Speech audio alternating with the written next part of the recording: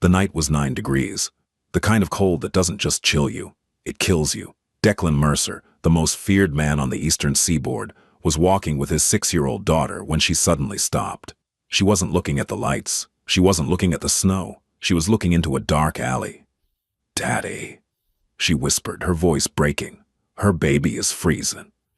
He turned, and what he saw behind that dumpster made every muscle in his body go still, because he knew that woman. She had worked in his home. She had held his daughter's hand. And 7 months ago, she vanished without a word. No one knew why, until tonight. The cold arrived like something with teeth. It was the kind of February night that didn't just chill you. It crawled inside your bones and sat there, patient and mean, like it had nowhere else to be. The temperature had dropped to 9 degrees by 7 o'clock, and by 9 it felt like the city itself was holding its breath, afraid that if it exhaled, everything would shatter. The streets of downtown were mostly empty. A few cabs slid through intersections like ghosts. The neon signs on the storefronts flickered against the black sky, casting pale halos on the frozen sidewalks. Every surface was glazed with a thin layer of ice that caught the light and turned it into something cruel, beautiful and deadly at the same time. Declan Mercer walked through this cold like a man who owned it. He was 33 years old, broad-shouldered and sharp-jawed, with dark hair cut close and eyes the color of winter itself, gray, unyielding, incapable of seeing through every lie a person could tell. He wore a black wool overcoat that cost more than most people's monthly rent, tailored to fit the kind of body that was built through discipline rather than vanity. His shoes clicked against the ice with the precision of someone who never stumbled. Everyone in this city knew his name. Declan Mercer was the head of the Mercer family, an organization that had controlled the eastern seaboard's underground economy for 3 generations. In real estate, logistics, finance, influence, the Mercers didn't deal in street-level chaos.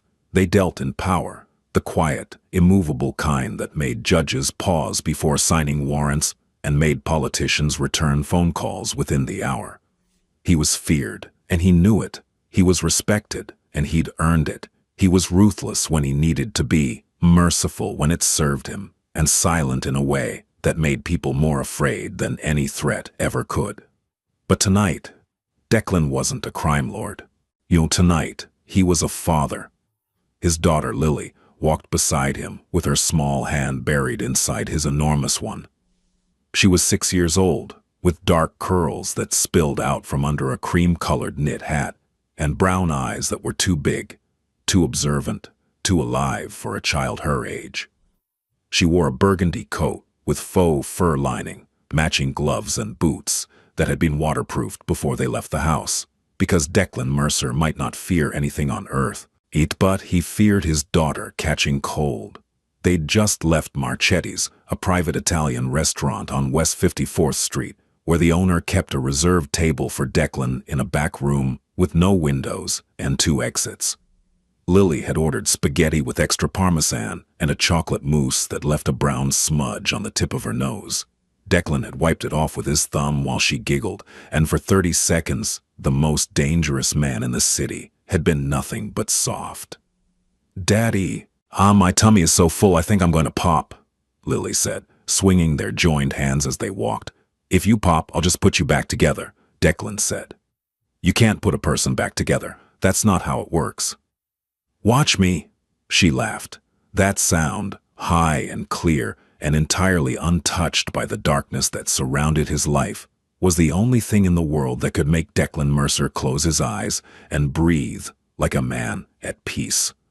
Behind them, roughly 20 paces back, 2 men in dark overcoats followed at a practiced distance, Ronan and Ives, Declan's personal security. They were armed, alert, and invisible to anyone who didn't know what to look for. Their breath rose in clouds. Their eyes moved in synchronized sweeps, left, right, roofline, vehicle, pedestrian. They'd been doing this long enough to do it without thinking. Declan's car was parked 2 blocks away, and he'd chosen to walk tonight because Lily had asked him to. because she'd said she wanted to see the city at night, with all its lights, and he was constitutionally incapable of refusing her anything that didn't involve sugar past 8 o'clock. They turned onto a quieter street.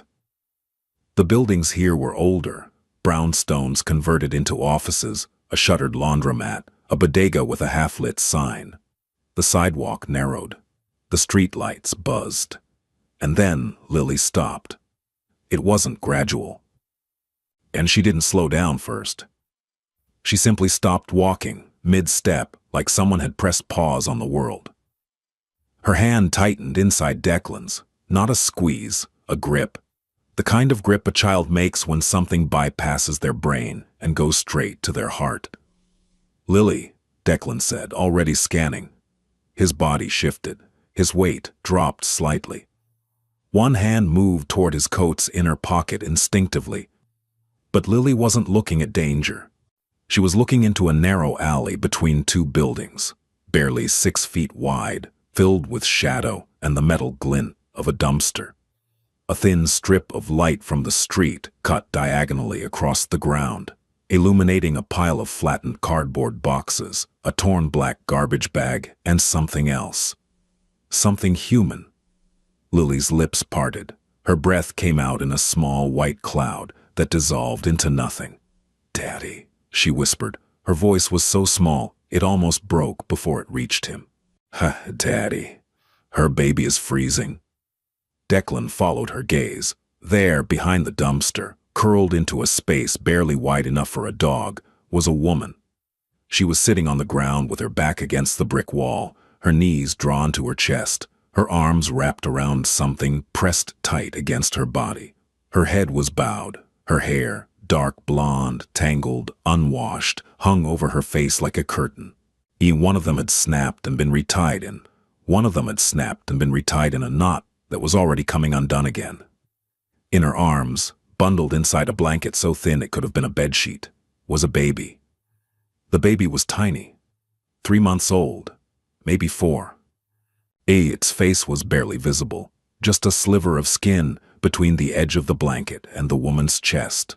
But even in that sliver, Declan could see it, the faint, rhythmic trembling that ran through the infant's body. Not crying, not fussing, just shaking, quietly, persistently. The way something shakes when it has been cold for so long that it has forgotten what warmth feels like. The woman was shaking too. Her fingers, red and raw, the nails broken, were curled around the blanket's edge, in holding it in place with a grip that spoke of desperation that had long since passed into numbness. She was asleep, or close to it. That dangerous kind of sleep that the cold brings, where the body starts shutting down one system at a time, quietly, efficiently, like a building turning off its lights floor by floor. Declan stared, and something in his chest moved. It wasn't a feeling he recognized immediately. It wasn't anger, which he knew the way a musician knows scales. It wasn't calculation, which was his native language.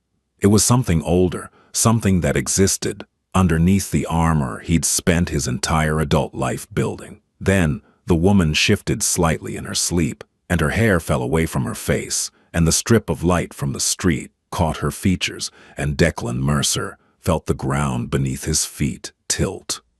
He knew that face. Her name was Briar Ashwood, and 7 months ago, she had worked in his home. To understand what Declan felt in that moment, the precise, tectonic shift that happened behind his ribs, you need to understand who Briar Ashwood had been inside the Mercer household. She'd come to work for him 11 months earlier, hired through a domestic staffing agency that catered to high-net-worth clients. The kind of agency that ran criminal background checks, credit reports, and reference verifications before they'd even schedule an interview. Briar had passed everything with flying colors. 25 years old. No criminal record. A former childcare worker at a private daycare in New Jersey. Excellent references. Quiet, reliable, punctual. She'd been hired as the household assistant, a role that was equal parts housekeeper, organizer, and, unofficially, part-time nanny, whenever Declan's primary childcare team needed support. The Mercer estate was a sprawling property in the wealthy enclaves of Greenwich, Connecticut. 12 acres behind a stone wall, with a gated entrance, staffed by a security team. A head housekeeper named Mrs. Calloway, a chef, a groundskeeper, and 3 rotating members of Declan's personal guard. It was the kind of place where people spoke in low voices and moved with purpose, a place where order was religion. Briar had fit into this world the way water fits into a glass, quietly, without disturbing anything. She arrived at 6:30 every morning and left by 6 in the evening. She cleaned with the meticulous care of someone who took pride in invisible work. She organized closets by color and season. She polished surfaces that were already clean. She never broke anything, never showed up late, and never once asked for anything beyond her paycheck. But the thing about Briar Ashwood, the thing that made her different from every other staff member who had cycled through the Mercer household, was Lily. Lily had lost her mother. Catherine Mercer, Declan's wife, had died when Lily was 2 years old. An aneurysm. Sudden. No warning. Well, one morning she was laughing and pouring orange juice, and by that afternoon she was gone. It was the kind of death that didn't just take a person.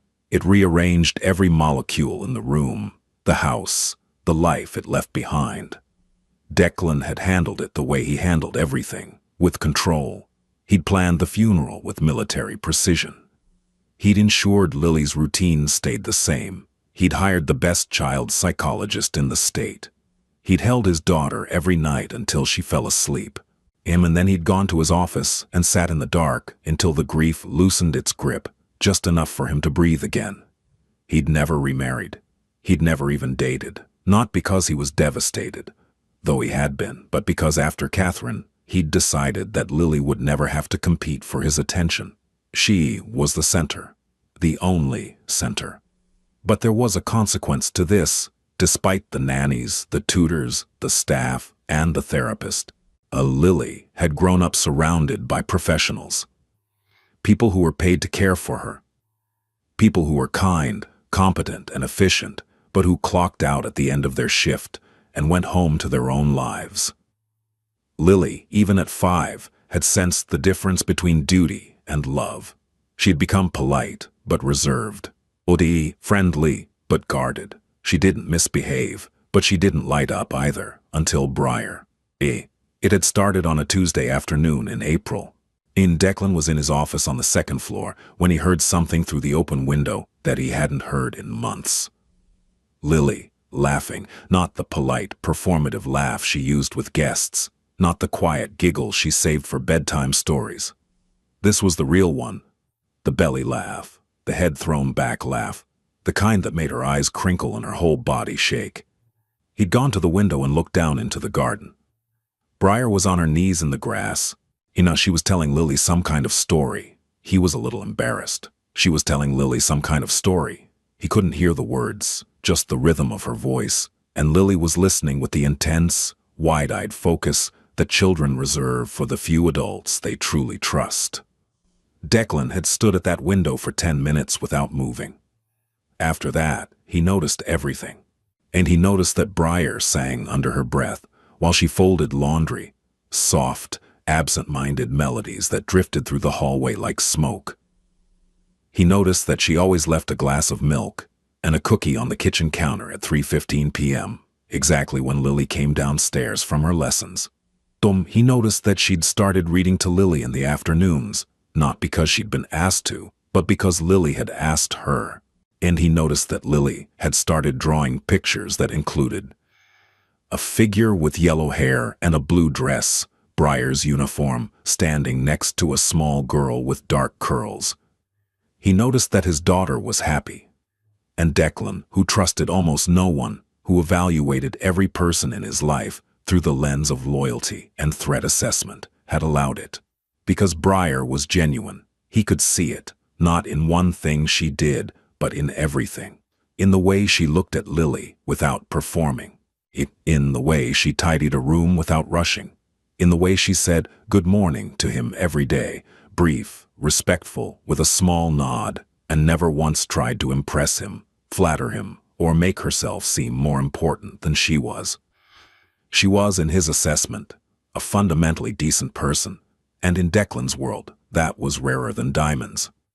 Then, 4 months after she'd started, Briar left. It had happened on a Wednesday. She'd arrived at work that morning looking pale and distracted. Mrs. 8:47 p.m. She'd walked into Mrs. at 1:47 p.m. She'd walked into Mrs. Calloway's office and handed in her resignation, effective immediately. No 2 weeks' notice, no explanation, no forwarding address.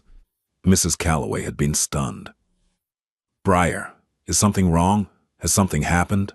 "No," Briar had said. Her voice was steady, but her hands were shaking. I need to go. I'm sorry. Please tell Lily I'm sorry." And she'd walked out. Declan had been in a meeting when it happened. By the time he found out, Briar was gone. Her locker was empty. Her phone number had been disconnected by the following day. The staffing agency said she'd terminated her contract and provided no reason. He'd been angry, not at the inconvenience. Staff could be replaced. He'd been angry because Lily had cried for 3 days, and she'd kept asking where Briar went. She'd kept looking for her in the garden, in the kitchen, in the hallway where Briar used to hum those quiet songs. "Where's Briar, Daddy?" Lily had asked on the first night. "Is she coming back?" "I don't know, sweetheart. Did she leave because of me?" That question had hit Declan like a bullet, because he'd seen the guilt in his daughter's eyes, the irrational, devastating belief that if someone you love leaves, it must be your fault. And he'd held her and told her that wasn't true, that Briar had her own life and her own reasons, that sometimes people go away and it has nothing to do with us. But privately he'd been furious. Not at Briar specifically, but at the fact that she'd gotten close enough to his daughter to leave a wound, and then she'd vanished without even trying to close it. He'd told himself to let it go. People come and go. That's what happens. Move on. And he had. Or he'd thought he had. Until tonight. Until he was standing on a frozen sidewalk, looking at Briar Ashwood curled up behind a dumpster with a baby in her arms and ice on her eyelashes, and every question he'd buried came roaring back to the surface like a wave. "Daddy." Lily tugged his hand. "Daddy, we have to help her." Declan didn't move immediately. His mind was doing what it always did, running calculations, threat, context, exposure. His daughter was standing on a public sidewalk at 9 o'clock at night. His security team was 20 paces behind him. There was a woman in an alley who might be sick, might be dangerous, might be carrying a stolen child, might be 100 things that his survival instincts told him to consider before his heart could override them. But then the baby made a sound. It wasn't a cry. It was smaller than a cry. It was a thin, reedy whimper, the kind of sound that a newborn makes when it has been crying for so long that it doesn't have the energy left to do it properly. It was the sound of something tiny and helpless running out of reserves, and Lily's hand tightened around his so hard that he felt her fingernails through his leather gloves. "Please, Daddy." Declan looked down at his daughter. Her eyes were full, not quite crying, but right at the edge. That trembling, shimmering look that children get when they've encountered something they don't have the words for, something that feels too big and too wrong and too sad. He crouched beside her. He brought his face level with hers. "Stay right here," he said quietly. "With Ronan. Don't move." He gave a short hand signal behind him without turning around. Ronan was at Lily's side in 3 seconds. Ives moved to cover the mouth of the alley. Declan stood and walked into the alley alone. The cold was worse in here. The buildings on either side blocked whatever faint warmth the city generated, funneling the wind into a channel that cut straight through. The ground was slick with ice and something darker, runoff maybe, or spilled garbage. The smell was sharp, old food, wet concrete, the acrid tang of cold metal. He stopped 3 feet from her. Up close, she looked worse than she'd looked from the sidewalk. The hoodie she was wearing was damp, not from rain, but from the kind of persistent, seeping cold that draws moisture from the air and plants it in fabric. Her jeans were filthy, and her skin had a grayish pallor that Declan recognized, because he'd seen it before, on men who'd been left in cold storage rooms for too long. It was the color of a body redirecting blood from the surface to the core, the color of survival mode. Her lips were slightly blue. The baby was pressed against her chest, held in place by arms that were locked so tight they looked almost rigid.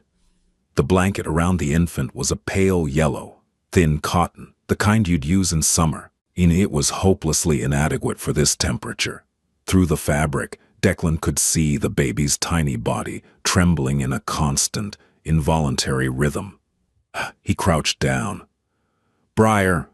His voice was low, controlled. The same voice he used in negotiations, calm enough to reach someone without startling them. She didn't respond. "Briar Ashwood."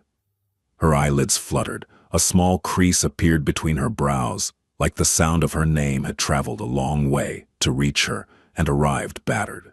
And then her eyes opened. They were green. He'd forgotten that. A pale, clear green like shallow water over sand. But now they were bloodshot and glassy, and it took them several seconds to focus.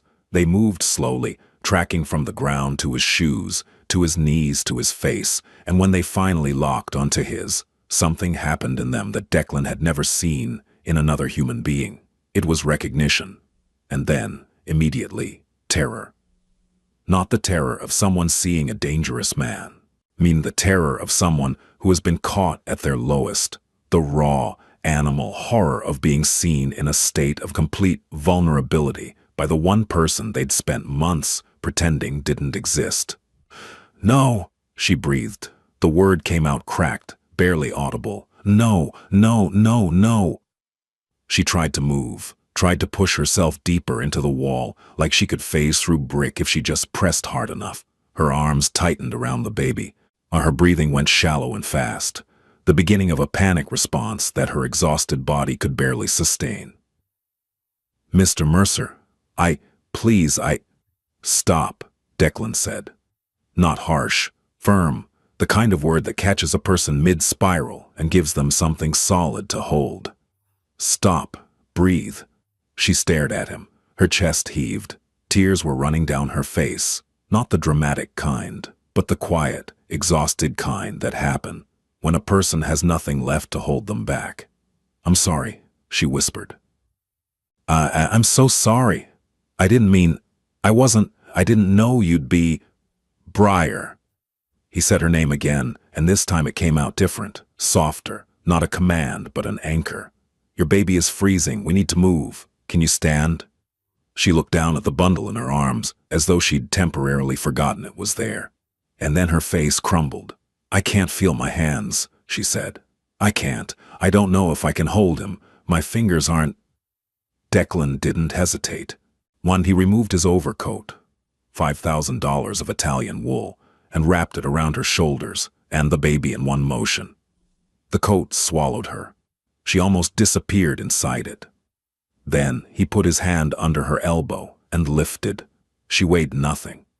It was like picking up a paper bag.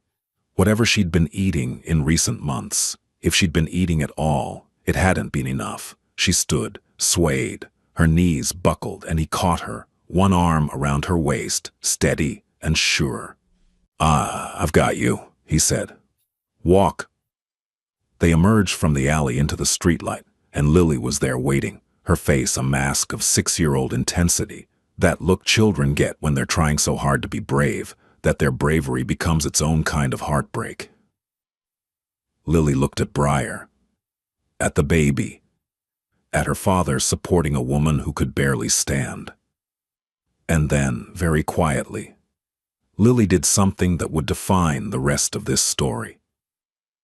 She stepped forward, reached up, and placed her small hand on the baby's blanket. She didn't pat it.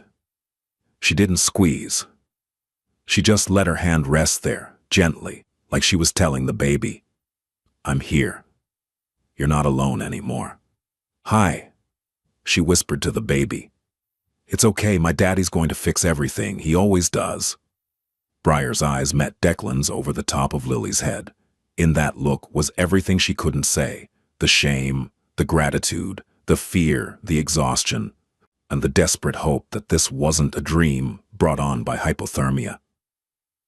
Declan held her gaze for exactly 1 second. Then he turned to Ives and spoke in the tone that moved empires. "Bring the car around." Now. The black SUV arrived in under 90 seconds.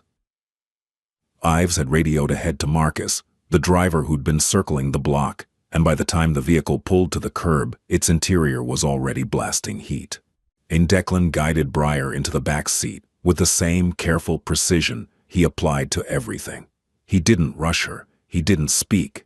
He simply kept his hand on her arm, firm enough to steady her, light enough to let go if she flinched, and helped her settle into the leather seat. The moment the heated air hit her, Briar's body reacted. She started shaking harder.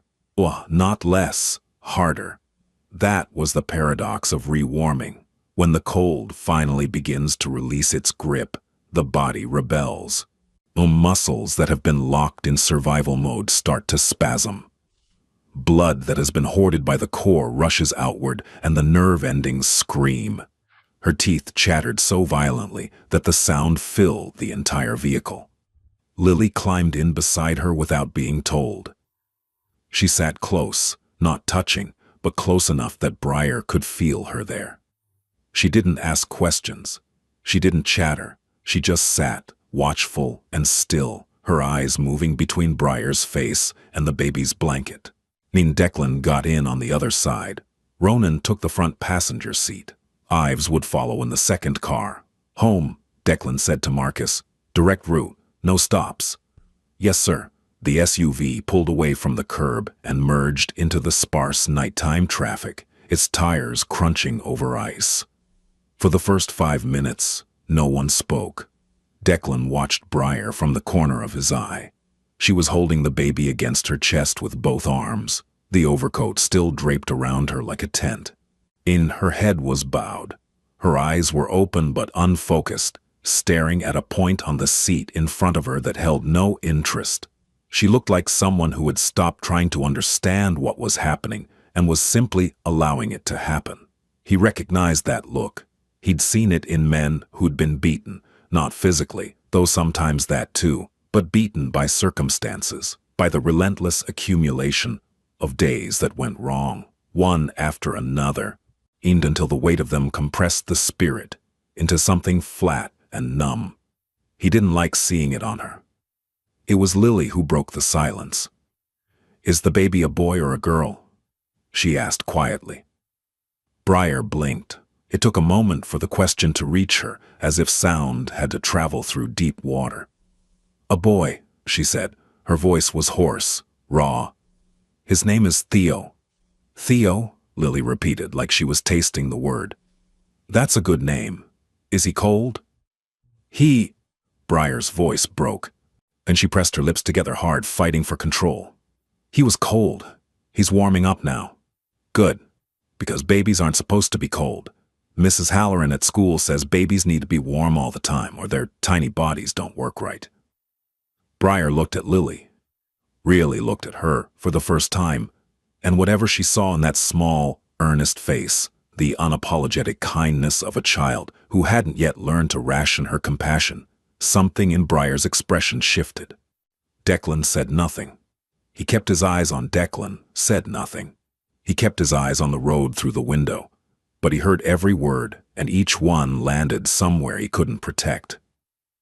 At some point during the drive, the baby began to stir, not cry, stir, small movements, the kind of restless, instinctive shifting that infants do when their environment changes and their half-formed nervous system tries to make sense of it. A tiny hand appeared at the edge of the blanket, fingers so small they looked like they'd been drawn with a fine-point pen, and grasped at the air. Lily reached over and touched the hand with her index finger. The baby's fingers closed around it. Lily gasped, not a loud gasp, a reverent one. The kind of sound people make in churches or museums, when something strikes them as holy. "Daddy," she whispered. "He's holding my finger. He's so strong." Declan looked. He saw his daughter's finger wrapped in the grip of an infant who, 20 minutes ago, had been shaking behind a dumpster in 9-degree weather. He saw the look on Lily's face, wonder and protectiveness and love all at once, in proportions that only a child can produce. And he saw Briar watching them both with an expression that was so full of pain and gratitude that it was impossible to tell where one ended and the other began. He turned back to the window, but his jaw was tight, and his hands, resting on his knees, had curled into fists, because Declan Mercer was beginning to understand something. Whatever had happened to Briar Ashwood, whatever had driven her from his home and landed her in that alley, it wasn't a story about bad luck. It wasn't a story about poor choices. It was a story about something that had been done to her. And Declan Mercer had very specific feelings about people who did things to people who couldn't defend themselves. The Mercer estate materialized through the fog like a fortress emerging from a dream. The stone walls, the iron gate, the long, curved driveway lined with bare maple trees whose branches looked like black veins against the sky. In every window in the main house was lit. Declan had called ahead, and the warm glow spilling across the frozen lawn looked like the promise of safety made visible. The car stopped under the portico. Marcus opened Briar's door, and the wave of heated air from the house reached her before she even stepped out. She stood on the flagstone and looked up at the building, this massive, elegant, intimidating structure, and the expression on her face was one of someone who has been drowning and suddenly feels sand beneath their feet. She didn't trust it. You could see it in her eyes, the way drowning people don't trust solid ground at first, because the water has taught them that nothing is stable. Mrs. Calloway was waiting at the front door. She was 62 years old, built like a cathedral pillar. And she'd run the Mercer household for 15 years with the precision of a Swiss watch and the empathy of a good grandmother. She took one look at Briar and the baby, and her face underwent a transformation that Declan had only seen a handful of times, a softening so complete that it erased every line of authority and replaced it with pure maternal instinct. "Oh, child," Mrs. Calloway said. It was all she said. Handle something fragile, and guided her handle something fragile, and guided her inside. The next hour was organized chaos. Mrs. Calloway had, in the 20 minutes between Declan's call and his arrival, mobilized the household with the efficiency of a field commander. The guest suite on the second floor, the one with the bay window and the bathroom with the heated floors, had been prepared. Clean sheets, fresh towels. The thermostat set to 74 degrees. A space heater placed in the corner, angled toward the bed. She'd also contacted Dr. Nuri Amara, the Mercer family's private physician, who arrived within 40 minutes. Dr. Amara was calm, efficient, and utterly unflappable. A woman who had treated gunshot wounds in the same tone of voice she used to discuss cholesterol levels. She examined the baby first. Theo was underweight, mildly dehydrated, and showing early signs of hypothermia, core temperature 2 degrees below normal, but responsive. His reflexes were intact. His lungs were clear. He was, against all odds, essentially healthy. "He's resilient," Dr. Amara said, swaddling him in a warm blanket with practiced hands. But another hour in that cold, and we'd be having a very different conversation. That sentence hit the room like a stone dropped in still water. Briar, sitting on the edge of the bed where Mrs. Calloway had placed her. I pressed them together as if in prayer. Doctor pressed them together as if in prayer. Doctor pressed them together as if in prayer. Doctor pressed them together as if in prayer. Doctor pressed them together as if in prayer. Doctor pressed them together as if in prayer. Doctor pressed them together as if in prayer. Doctor pressed them together as if in prayer. Doctor pressed them together as if in prayer. Doctor pressed them together as if in prayer. Doctor pressed them together as if in prayer. Doctor pressed them together as if in prayer. Doctor pressed them together as if in prayer. Doctor pressed them together as if in prayer. Doctor pressed them together as if in prayer. Doctor pressed them together as if in prayer. Doctor pressed them together as if in prayer. Doctor pressed them together as if in prayer. Doctor pressed them together as if in prayer. Doctor pressed them together as if in prayer. Doctor pressed them together as if in prayer. Doctor pressed them together as if in prayer. Doctor pressed them together as if in prayer. Doctor pressed them together as if in prayer. Doctor pressed them together as if in prayer. Doctor pressed them together as if in prayer. Doctor pressed them together as if in prayer. Doctor pressed them together as if in prayer. Doctor pressed them together as if in prayer. Doctor pressed them together as if in prayer. Doctor pressed them together as if in prayer. Doctor pressed them together as if in prayer. Doctor pressed them together as if in prayer. Doctor pressed them together as if in prayer. Doctor pressed them together as if in prayer. Doctor pressed them together as if in prayer. Doctor pressed them together as if in prayer. Doctor pressed them together as if in prayer. Doctor pressed them together as if in prayer. Doctor pressed them together as if in prayer. Doctor pressed them together as if in prayer. Doctor pressed them together as if in prayer. Doctor pressed them together as if in prayer. Doctor pressed them together as if in prayer. Doctor pressed them together as if in prayer. Doctor pressed them together as if in prayer. Doctor pressed them together as if in prayer. Doctor pressed them together as if in prayer. Doctor pressed them together as if in prayer. Doctor pressed them together as if in prayer. Doctor pressed them together as if in prayer. Doctor pressed them together as if in prayer. Doctor pressed them together as if in prayer. Doctor pressed them together as if in prayer. Doctor pressed them together as if in prayer. Doctor pressed them together as if in prayer. Doctor pressed them together as if in prayer. Doctor pressed them together as if in prayer. Doctor pressed them together as if in prayer.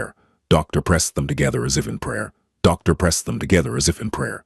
Doctor pressed them together as if in prayer. Doctor pressed them together as if in prayer. Doctor pressed them together as if in prayer. Doctor pressed them together as if in prayer. Dr. Amara examined Briar next. She was underweight, significantly. Her blood pressure was low. She had mild frostbite on 3 fingers and both earlobes. She was exhausted to a degree that bordered on medical concern. She hadn't eaten a full meal in what appeared to be several days. But she was alive, she was conscious, and when Dr. Amara asked her questions, she answered them. Quietly, carefully, with the precise diction of someone who is holding themselves together through sheer willpower. When did you last eat? Yesterday morning, half a bagel. I gave the rest too. I made sure Theo had formula. Where have you been sleeping? A pause. Different places, shelters when there's room. The last 2 nights, outside. In this weather? Briar didn't answer. She didn't need to. Declan stood in the hallway outside the guest suite, listening. He'd positioned himself just beyond the door frame, close enough to hear, far enough to give the illusion of privacy. His arms were crossed, his face was neutral.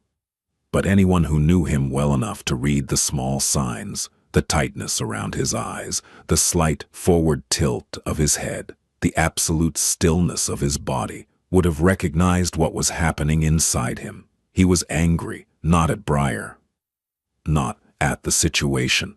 And was in her pajamas now. Flannel pants was in her pajamas now.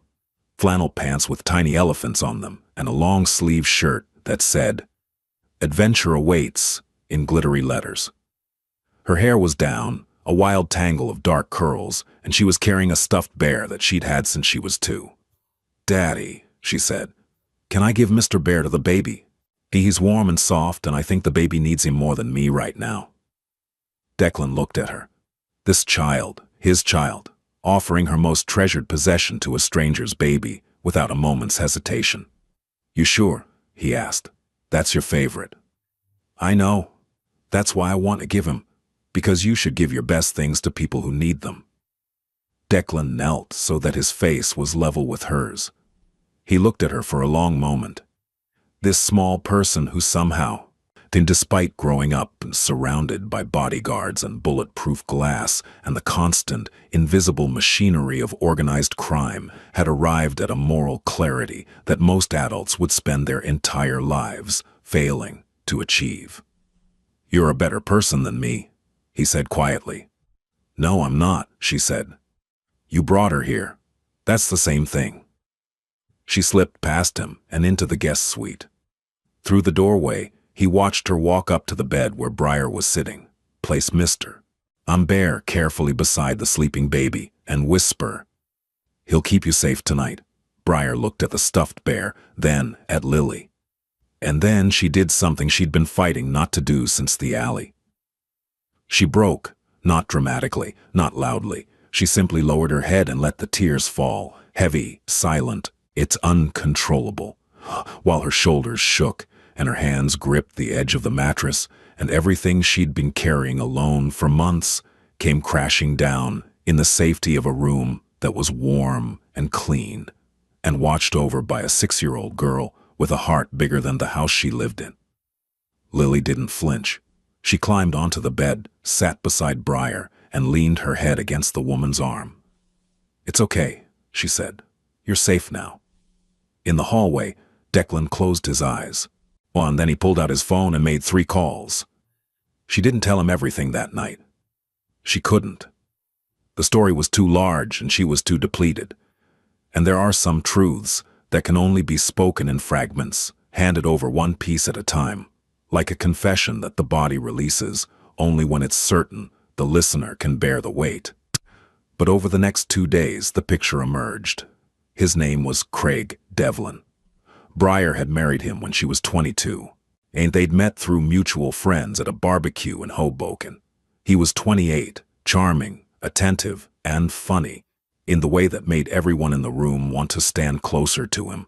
He was a project manager at a construction firm. He drove a pickup truck that he kept spotless. He opened doors for her. He brought flowers on Tuesdays because, he said, everyone brings flowers on weekends and that's not special. For 6 months, he was the best thing that had ever happened to her. And then, quietly, gradually in increments so small they were almost imperceptible, he became the worst. It started with opinions. He had opinions about everything: her clothes, her friends, her schedule, her phone usage. At first, the opinions sounded like concern.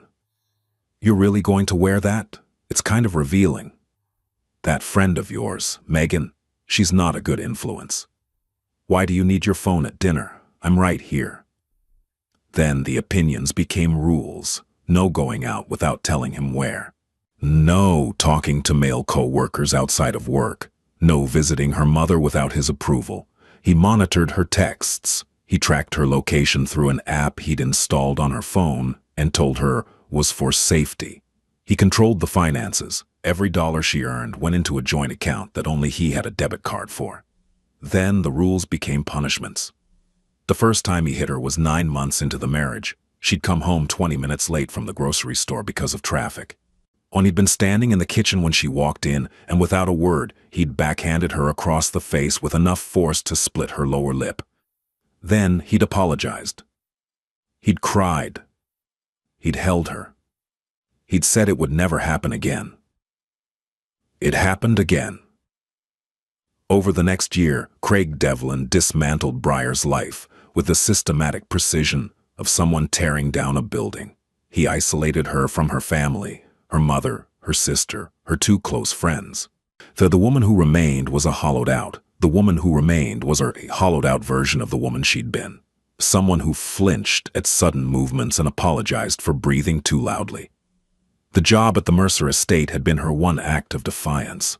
She'd applied through the agency in secret, during one of the rare hours when Craig was at work and she had access to a computer.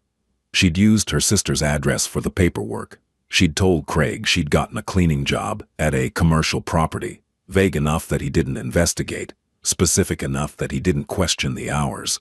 For 4 months, working in the Mercer household had been the closest thing to freedom she'd experienced in years. The order of the house, the kindness of Mrs. Calloway, in the laughter of a little girl with dark curls who asked her to read stories and build forts, and who looked at her, really looked at her, like she mattered. And then Craig found out. No, he'd gone through her phone, something he did regularly, like a landlord inspecting property. He'd found a text from Mrs. Calloway confirming a schedule change. He'd searched the name. He'd found the Mercer estate. He'd learned exactly where his wife had been spending her days. And he'd lost his mind. Not because she was working, because she'd done it without his permission, because she'd operated outside his knowledge, Because for 4 months, she'd had a life that he didn't control, and the idea of that, the idea that some part of her existed beyond his reach, was intolerable. The beating that followed was the worst she'd ever received. She'd ended up in the emergency room with a fractured rib, a concussion, and bruising so extensive that the doctor who treated her had called social services. But Craig had been there, sitting in the waiting room with tears in his eyes and a story about a fall down the stairs, and Briar, in the grip of a terror so deep it had become her normal, had confirmed his version. She'd quit the Mercer job the next day. Not because she wanted to, because Craig had told her, calmly, while she lay in bed with her rib wrapped, that if she ever went back to that house, he would find the little girl she'd been spending time with and teach Briar what real consequences looked like. He'd threatened Lily. And that was the moment Briar had understood, with the crystalline clarity that only mortal fear can produce, that she had to go. Not someday. Not when she was ready. Now. Before he carried out a threat that she knew in her bones, he was capable of following through on. She'd walked into Mrs. Calloway's office. She'd resigned. And she'd left without saying goodbye to Lily. Because if she'd seen that little girl's face, she wouldn't have been able to leave, and leaving was the only way to keep her safe. She'd gone home. She'd endured. She'd survived another 3 months of Craig's escalating violence while plotting, in the margins of her diminished existence, a way out. And then she'd discovered she was pregnant. The pregnancy didn't slow Craig down. It accelerated him. And he saw the baby not as a life, but as leverage, another chain, another lock, another reason she could never leave. He told her that if she tried to run, he'd take the child. He told her no court would side with her because she had no money, no job, no family, and a psychiatric history that he'd fabricated by calling her doctor and reporting symptoms she'd never had. He hit her twice during the pregnancy. Once in the stomach. Thea was born in October at a hospital in Hoboken. In crying, he shoved Briar into a wall, hard crying. He shoved Briar into a wall hard enough to leave an indentation in the drywall. That was the night she ran. She waited until 2 a.m. She packed a diaper bag with formula, diapers, 3 onesies, and a thin blanket. She took $47 from the kitchen drawer, all the cash in the house. She left her phone because he tracked it. And she left her ID because he kept it in his safe. She left everything except the baby and the bag, and she walked out the back door into the November night, and she didn't stop walking until she reached the bus station. For 3 months, she'd lived in the margins. Shelters when they had space. Doorways when they didn't. She'd applied for assistance, but without an ID, without a fixed address, the system moved at a pace that assumed you had time. And Briar didn't have time. And she had a baby who needed formula and warmth, and a mother who wasn't shaking. She'd ended up in that alley on the coldest night of the year, not because she'd given up, but because every door she'd tried had been locked. When Declan heard this, not all at once, but in fragments over 2 days, pieced together from Briar's halting, in shame-filled confession, and from the background check his people had already begun running, he sat in his office on the 2nd floor and stared at the wall for a very long time. Then he picked up the phone. "Get me everything on Craig Devlin," he said to the man on the other end. "Employment, financials, criminal record, associations, every parking ticket, every late payment, every lie he's ever told. I want to know what he eats for breakfast and what side of the bed he sleeps on. And I want it by tomorrow morning." A pause on the other end. "And Declan?" "He threatened a child." "My child. Make sure that's in the file." He hung up. He looked at the wall, and for the first time in years, the cold calculation that usually governed his decisions was being edged aside by something hotter, something older, something that lived in the part of him that had held a newborn Lily in the hospital and sworn, silently, ferociously, and that no one would ever hurt the people under his protection. The circle of protection had just expanded. The first morning at the Mercer estate, Briar woke up confused. The bed was too soft. The room was too warm. The light coming through the bay window was too gentle, filtered through sheer curtains that turned the winter sun into something golden and benign. For a disoriented moment, she thought she was dreaming. Then Theo made a small sound beside her, and reality rushed back in a wave that left her gasping. She was in Declan Mercer's home, in a guest room, with clean sheets and a space heater and a stuffed bear named Mr. Bear sleeping next to her baby. She sat up, looked around. The room was bigger than the apartment she'd shared with Craig. There was a dresser with a vase of dried lavender, a bookshelf with novels and children's picture books, an ensuite bathroom visible through a half-open door, tiled in cream and gray. On the nightstand, someone had left a tray with a glass of water, 2 slices of toast, a small cup of fruit, and a note written in precise, slanted handwriting. Breakfast. Eat all of it. Dr. Amara will return at 10. Mrs. C. Briar stared at the note for a long time. Then she ate the toast, every crumb, and drank the water in one long, unbroken swallow. The shame hit her in waves throughout that first day. It wasn't rational. She knew that on some intellectual level. She hadn't chosen her circumstances, and she'd fled violence. She'd protected her child. By any reasonable measure, she was the victim in this story, and the shame belonged to someone else entirely. But shame doesn't follow logic. It follows proximity. And Briar was standing inside the home of the most powerful man she'd ever met, wearing clothes that weren't hers, eating food she hadn't paid for, and accepting charity from a person she'd walked out on without explanation, and every molecule of her being was screaming that she didn't deserve it. She avoided the main areas of the house. She stayed in the guest suite with Theo, venturing out only when Mrs. Calloway personally came to escort her to meals. She ate quickly, kept her eyes down, and spoke only when spoken to. She washed her own dishes. She made the bed with hospital corners. She folded the towels precisely, and as though proving through domestic competence that she wasn't a burden. She kept waiting for the catch, for the moment when someone would tell her it was time to go, for the bill, for the condition, because in Briar's experience, kindness always came with a price tag. Craig had been kind too in the beginning. He'd been generous and attentive and warm, and every act of kindness had been a brick in the wall he was building around her. She'd learned through pain, to distrust generosity the way most people distrust darkness. So when Declan appeared in the doorway of the guest suite on the second evening and said, "We need to talk," Briar's first instinct was to reach for Theo and calculate the distance to the nearest exit. He sat in the chair by the window. She sat on the edge of the bed. The distance between them was 10 feet, but it felt like a canyon. The gap between his world and hers, his power and her powerlessness, his composure and her terror. And I'm not going to ask you to explain yourself," Declan said. "You don't owe me an explanation. You don't owe me anything." Briar blinked. That wasn't what she'd been expecting. "But I need to ask you one question, and I need you to answer it honestly. Can you do that?" She nodded. "Does your husband know where you are?"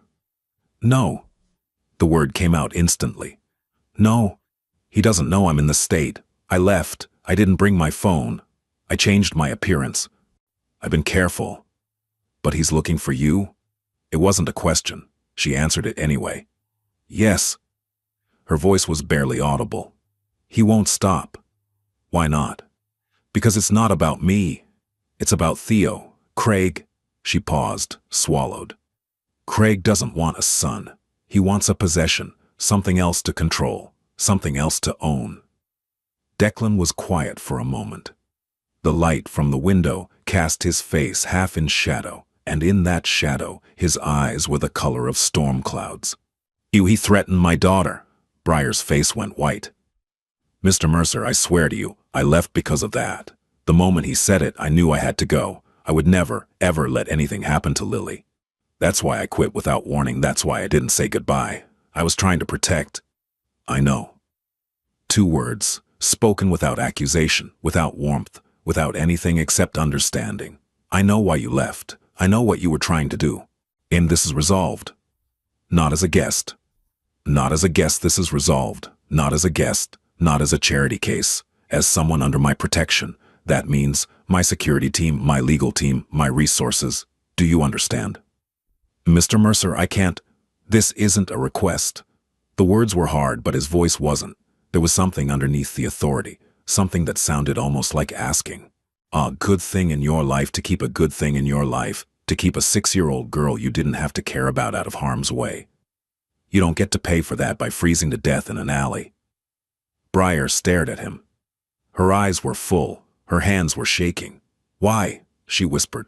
Why would you do this? Declan held her gaze for a long moment. And when he answered, his voice was the quietest she'd ever heard it. Because my daughter sees who people really are. And she sees you. He stood, walked to the door, stopped. One more thing. You were the best person who ever worked in this house. Mrs. Calloway said so. Lily said so. I could see it myself. Whatever your husband made you believe about your worth, he was wrong about everything. He left. Briar sat in the silence of the guest room, holding her sleeping baby. Oh, and for the first time in longer than she could remember, the shame didn't win. The file on Craig Devlin arrived the next morning. It was 47 pages long, compiled by an intelligence firm that Declan kept on retainer for situations exactly like this. Situations that required information to become ammunition. Declan read it alone in his office, a cup of black coffee growing cold beside him. Craig Devlin, age 31, born in Bergen County, New Jersey, on project manager at Caldwell Construction, a mid-tier firm with state contracts and a history of safety violations that had been mysteriously dismissed. Craig had 2 prior complaints of domestic disturbance on file, both withdrawn before charges were filed. He had a DUI from 2019 that had been pled down to a traffic violation. He had a gambling habit that had put him $40,000 in debt to a sports book in Atlantic City. He had a temper that 3 former co-workers had mentioned, off the record, as intense and unpredictable. He also had a record of searching Briar's name on social media daily. He'd filed a missing persons report 2 days after she left, and when the police hadn't moved fast enough for his liking, he'd hired a private investigator. The PI was still active. Declan closed the file. He sat still for a long time, his eyes fixed on the window, where the winter sun was painting weak stripes across the frost-covered lawn. And then he picked up his phone and called Victor Crane. Victor Crane was the Mercer family's attorney, not the corporate attorney who handled the legitimate business interests. The other one. The one who operated in the gray areas where law and power overlapped. He was 58 years old, bald, wore glasses with thin gold frames, and had a reputation in certain circles as the man who could make any legal problem disappear, not through corruption, but through a mastery of the system so complete that he could use its own rules against anyone who challenged his clients. Victor, I need a restraining order. Emergency protective order. Filed today. For whom? Briar Ashwood, against her husband Craig Devlin. I'm sending you the file now.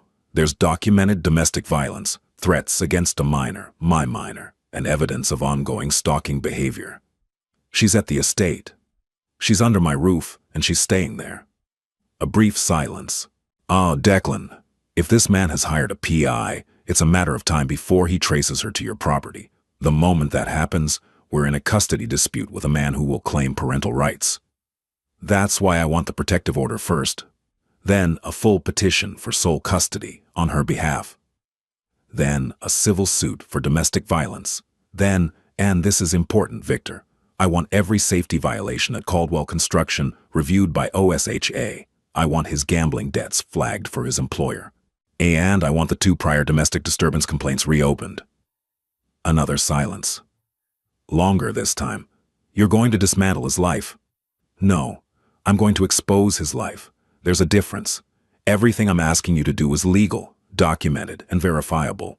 I'm not fabricating anything. I'm simply making sure that everything he's done catches up with him, simultaneously. Understood. I'll have the emergency order filed by end of day. Good. And Victor? Hey, this one matters. They all matter, Declan. This one matters to my daughter. That was enough. Victor Crane began working within the hour. 3 days later, the shadow arrived. It was a Wednesday evening, just after 6. Briar was in the guest suite, feeding Theo. Lily was downstairs working on a drawing at the kitchen table. Declan was in his study, reviewing contracts when Ronan appeared in the doorway. "Sir, we have an issue at the south gate." Declan looked up. Ronan's face told him everything he needed to know before the words came. "There's a vehicle parked on the access road. Dark pickup. New Jersey plates. 1 occupant. He's been there for approximately 18 minutes. He's taking photographs of the gate and the perimeter wall." Declan closed the file he'd been reading, slowly. "Do we have an ID?" "Plate comes back to a Craig Devlin, Bergen County." The room went quiet. Not the normal quiet of an empty study, but the heavy, impressurized quiet that precedes action. "Is Lily in the house?" "Kitchen. Mrs. Calloway is with her." "Briar. Guest suite, 2nd floor. Lock down the property. Full protocol. Nobody in or out without my authorization." Declan stood. "Don't engage the vehicle. Don't approach. I want eyes on him at all times. If he exits the vehicle, I want to know immediately.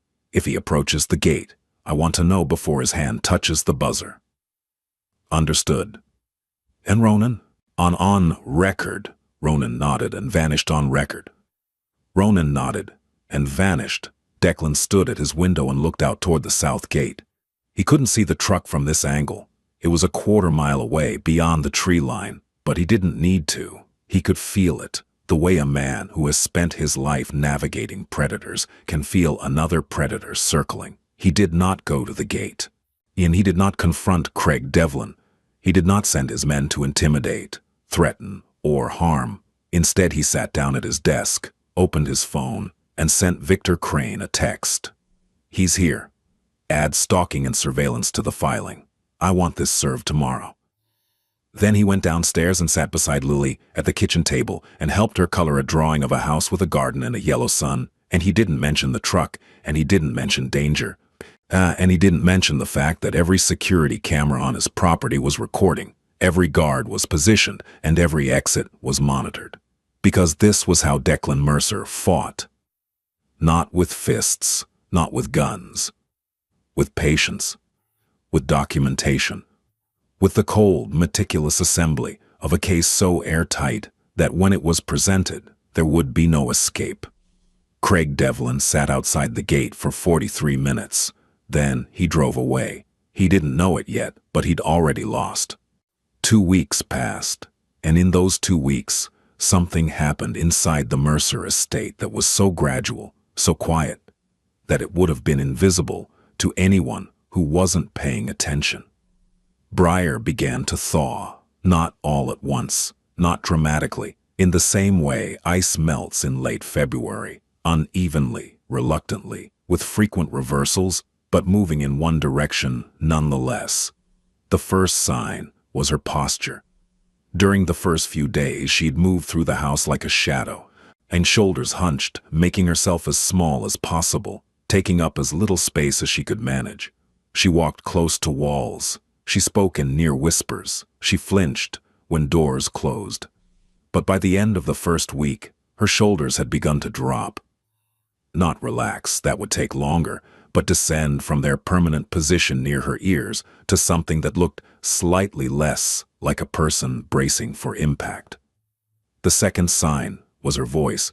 She started speaking at normal volume, asking Mrs. The Calloway small questions. "Is there anything I can help with? Where should I put Theo's bottles to dry? Can I use the washing machine?" The questions were practical, domestic, unremarkable, but each one represented a tiny act of presence. A claim, however small, to space. The third sign was Lily.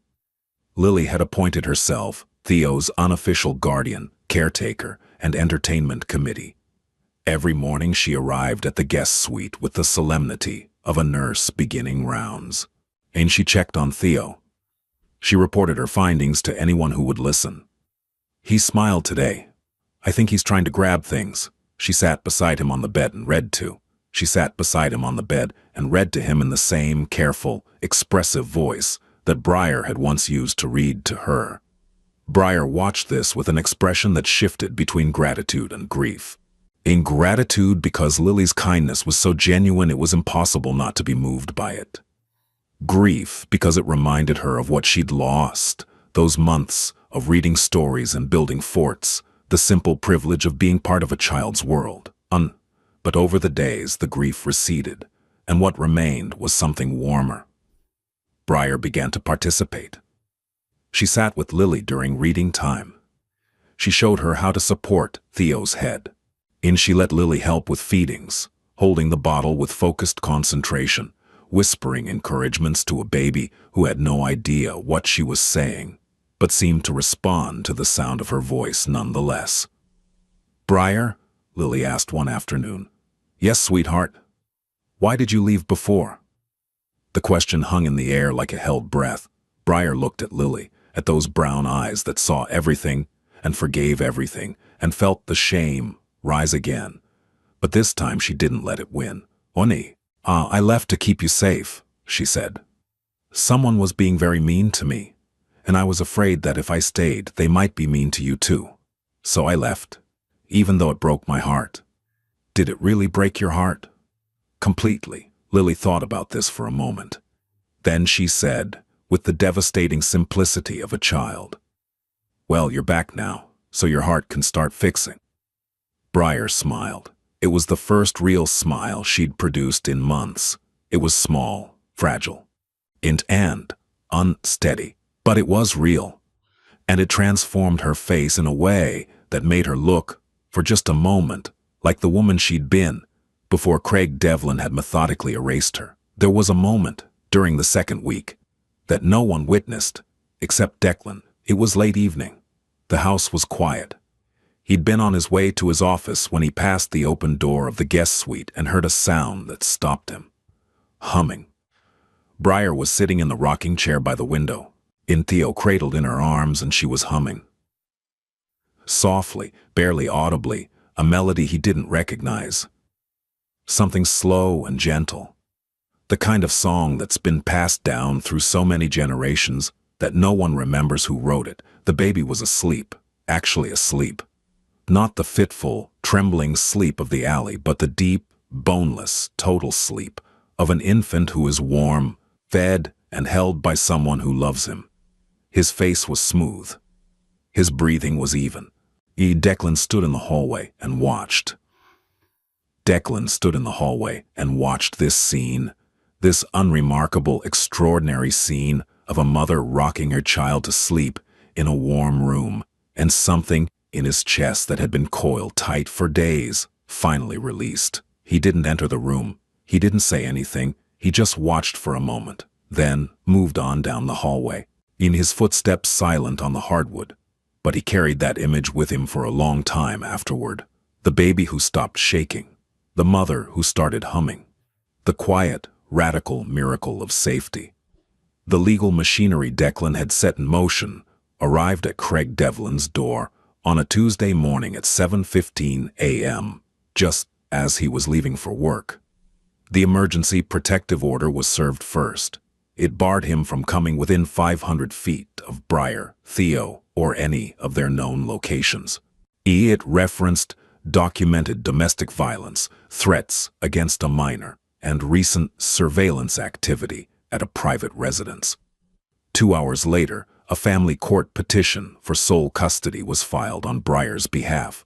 It was accompanied by medical records, the hospital report from her fractured rib, the 2 prior domestic disturbance complaints, which had been reopened with the cooperation of the Bergen County Prosecutor's Office, and a sworn affidavit from Dr. Amara detailing the condition in which Briar and Theo had been found. That afternoon, OSHA announced an investigation into Caldwell Construction's safety compliance record, but 3 current employees had come forward with complaints. Craig's supervisor received a call from HR about performance concerns. By the end of the week, Craig Devlin was facing a restraining order, a custody challenge, a criminal investigation, a potential job loss, and a gambling debt that his bookmaker, having heard through the grapevine that Craig was in legal trouble, had suddenly decided to call in. He didn't know who was behind it. He suspected, but he couldn't prove it because every action taken against him was legal, proper, and entirely above board. There was no intimidation, no threats, no shadowy figures delivering warnings, just the relentless, methodical application of systems and processes that Craig had spent years gaming, now turned with surgical precision against him. And this was how Declan Mercer fought. Not with violence, not with cruelty. With the devastating efficiency of a man who understood that the most powerful weapon in the world was not a gun. It was information applied correctly at the right time through the right channels. Craig made one attempt to fight back. He hired a lawyer, a cheap one, because good lawyers were expensive and his finances were now under scrutiny. The lawyer advised him to file a counter-petition for custody, in arguing parental rights and the absence of criminal conviction. Victor Crane dismantled the petition in a single hearing. He presented the medical evidence. He presented the police reports. He presented Craig's financial records, including the gambling debt and the evidence that he'd controlled Breyer's access to their joint account. He presented text messages recovered from Breyer's old phone, which the investigation team had obtained through legal channels, showing a pattern of threats, control, and escalating abuse. The judge listened. The judge looked at Craig Devlin, who sat in his rumpled suit with his cheap lawyer and his barely contained rage. The judge looked at the evidence. The ruling was delivered within the week. Sole custody to Breyer. Supervised visitation only, pending completion of a court-mandated anger management program and a psychological evaluation. The restraining order was extended to 2 years. Craig Devlin walked out of the courthouse and stood on the steps for a long time, looking at nothing. He drove back to an empty apartment. His job was on thin ice. His debts were closing in. The walls he'd built around another person had collapsed, and now the rubble was falling on him. No one from the Mercer organization contacted him. No one threatened him. No one needed to. The system, when properly activated, did its own work. Spring came to the Mercer estate the way it comes to places that have earned it, slowly, almost shyly, as though the warmth was checking to make sure it was welcome before committing. The maple trees along the driveway pushed out their first green buds. The lawn, which had been a gray-brown sheet of dormant grass, began to show streaks of color. Mrs. Calloway opened the windows in the kitchen for the first time in months, and the breeze that came through smelled like thawed earth and possibility. Breyer was still at the estate, but she wasn't the same person who'd arrived in February. The physical changes were obvious. She'd gained weight, not a lot, but enough that her face no longer looked like something stretched over bone. Her hair, which had been lank and unwashed, was clean and fell to her shoulders in soft waves. The dark circles under her eyes had faded from black to a faint lavender. Her hands, in which had been cracked and raw, were healing. But the real changes were subtler. She laughed sometimes. Not often, and usually at something Lily said. But the sound was there. A quiet, tentative thing, like a bird testing a new branch. She made eye contact when she spoke. She stopped apologizing for existing. She started sentences with, "I think," and "I want," instead of, "I'm sorry, but," and "if it's not too much trouble." She started helping Mrs. Calloway in the kitchen, not as a duty, but as something she enjoyed. She was a good cook, it turned out. Better than good. She had an instinct for flavor that Mrs. Calloway, who had been feeding the Mercer family for 15 years, openly admired. They developed a routine. Briar would try a new recipe. Mrs. Calloway would taste it, make one suggestion, and nod approvingly, and Lily would be the final judge, delivering verdicts with the solemnity of a food critic and the enthusiasm of a 6-year-old. "Oh, this is the best soup in the whole world," Lily declared one evening, holding up her spoon. "And I have eaten soup in 4 states, so I know." Declan, sitting at the head of the table, looked at Briar over the rim of his glass and saw her smile. Really smile. The kind that reaches the eyes, and he felt something shift in the room that had nothing to do with temperature. Theo was thriving, at 5 months old. He was hitting every developmental milestone with the cheerful determination of someone making up for lost time. He smiled at everyone. He grabbed at everything. He'd discovered his own feet and treated them with the fascination of an explorer encountering a new continent. He slept through the night most nights, and on the nights he didn't, his cries were strong and healthy, not the thin, exhausted whimpers of the alley, but the full-throated demands of a baby who knew, with absolute certainty, that someone would come. Someone always came. Usually Briar. Sometimes Mrs. Calloway. Once, on a night when Briar was sleeping deeply for the first time in months, Declan himself. He'd been passing the guest suite when he heard Theo fussing. He'd glanced in and seen Briar asleep, deeply, completely, the kind of sleep that the body takes by force when it has been deprived for too long. He'd hesitated for 1 second. Then he'd walked in, picked up the baby, and held him. Theo had looked up at him with those wide, unfocused infant eyes, and Declan had looked down at this tiny person who weighed less than a bag of flour and who, through no fault of his own, had been born into chaos and cold and fear. "Hey kid," Declan had said quietly. "You're going to be fine, I promise." Theo had blinked. Then he'd grabbed Declan's thumb with both hands, and his face had crumpled into the concentrated, red-faced expression that precedes a burp. And he'd burped with a force that seemed impossible for someone his size, and then he'd fallen asleep. Declan had stood there for 10 minutes, holding a sleeping baby in the dark, and had thought about power, about what it meant, about what it was for, about who it should protect. 6 months later. The apartment was in a brownstone in Stamford, Connecticut. A 1-bedroom with hardwood floors, tall windows, and a small kitchen that Briar had already filled with herbs and spices. For one, Victor Crane's office had connected her with a nonprofit that specialized in placing survivors of domestic violence in stable employment. She'd started as an administrative assistant at a small family services organization, and within 3 months, she'd been promoted to intake coordinator. Because it turned out that Briar Ashwood, the woman who'd been told by her husband that she was nothing, had a natural gift for listening to people in crisis and making them feel seen. She was good at her job. She was good at it because she understood, in a way that no textbook could teach, what it felt like to be afraid, to be trapped, to sit across from someone and wonder if they were going to help you or hurt you. Theo was 9 months old now. He was enormous, in the 90th percentile for weight, which Dr. Amara attributed to excellent nutrition and possibly genetics, and definitely the fact that Mrs. Calloway had spent 3 months sneaking him extra portions of mashed sweet potato when no one was looking. He had 4 teeth, a vocabulary consisting primarily of "bye" and and an unshakable obsession with a stuffed bear named Mr. Bear that he would not sleep without. Lily visited every Saturday. Declan's driver would bring her in the morning, and she would spend the day at Briar's apartment, playing with Theo, helping Briar cook, drawing pictures that she taped to the refrigerator.